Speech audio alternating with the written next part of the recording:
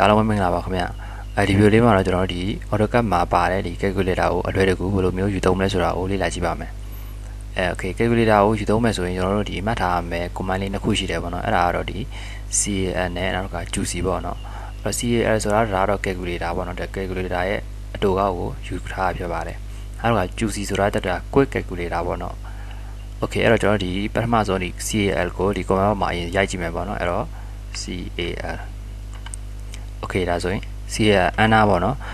ဒါဆိုရင်ဒီလိုပေါ်လာပြီဆိုကျွန်တော်ဒီမှာပေါင်းနှုတ်ချင်တဲ့ခဏန်းတွေကိုကျွန်တော်ထည့်လိုက်မယ်ပေါ့နော်ဥပမာ5 + 8ပေါ့နော်5 + 8ဒီလိုလေးပေါ့နော်ဒီမှာဆိုရင်ကျွန်တော်တို့ပေါင်းချင်တဲ့မြောက်ချင်တဲ့စားချင်တဲ့ဟာလေးတွေကိုဒီလိုမျိုးလေးလုပ်လို့ရပါမယ်နောက်တစ်ခါတော့ juicy ပေါ့နော်အဲ့တော့ဒီကောင်းလေးကတော့ juicy အနာဆိုရင်နေပြလိုက်ပေါ့နော် juicy အနာဒါဆိုရင်ဒီပေါက်လေးပေါ်လာလဲပေါ့နော်ဒါဆိုရင်ဒီမှာကိုက